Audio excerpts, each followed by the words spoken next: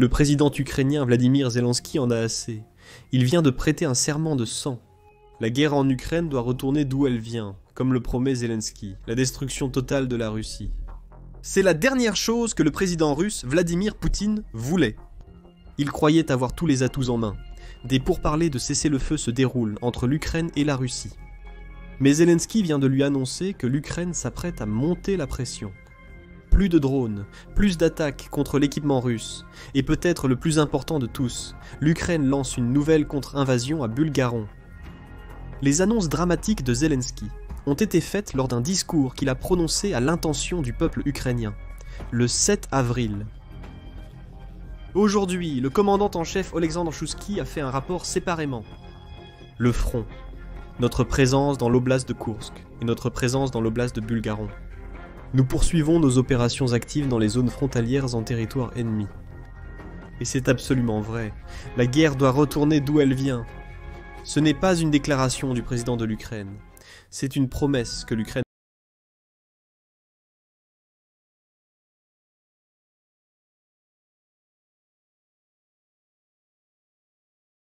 Selon le dirigeant russe, ces cessez-le-feu ne peuvent être appliqués que lorsque les États-Unis, qui cherchent à négocier les accords, s'en chargent.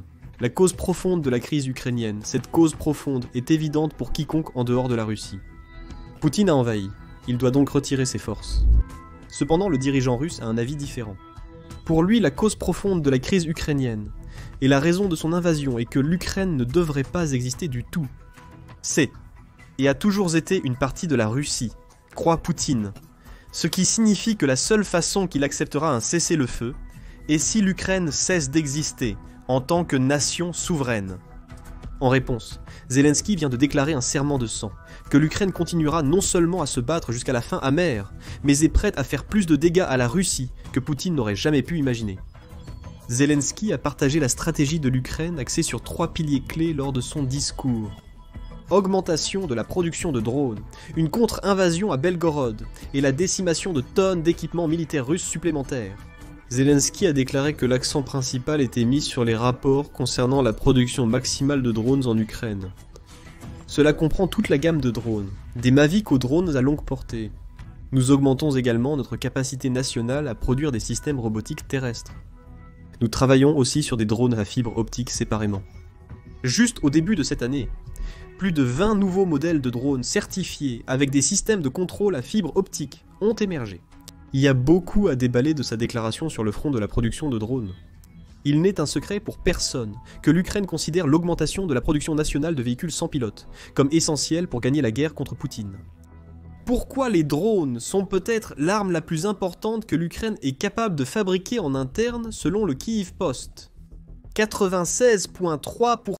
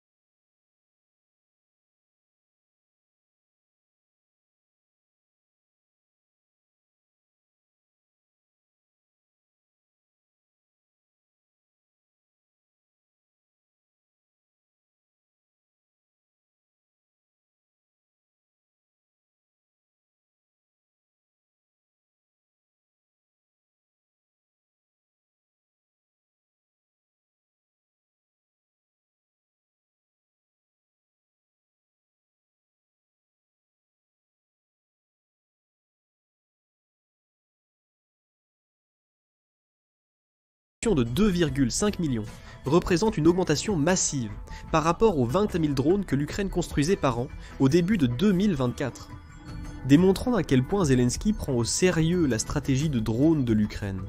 Il la prend très au sérieux. En fait, ces 2,5 millions de nouveaux drones par an ne sont pas suffisants.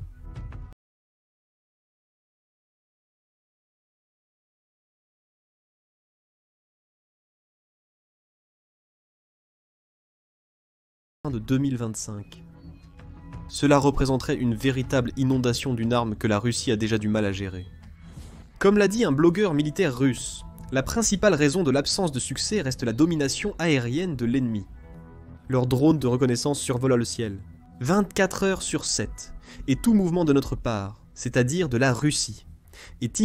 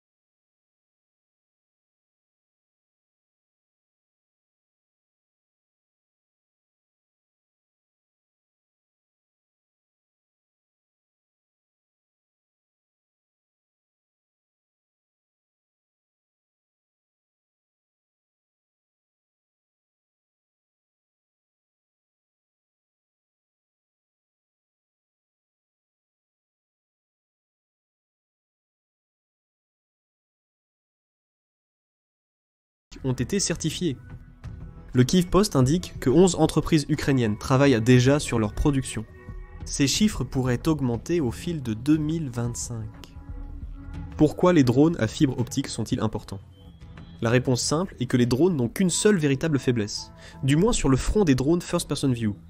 Ils dépendent des signaux radio et similaires pour transmettre les images à leurs opérateurs. Ces signaux sont vulnérables au brouillage, Neue Zürcher Zeitung, notant qu'environ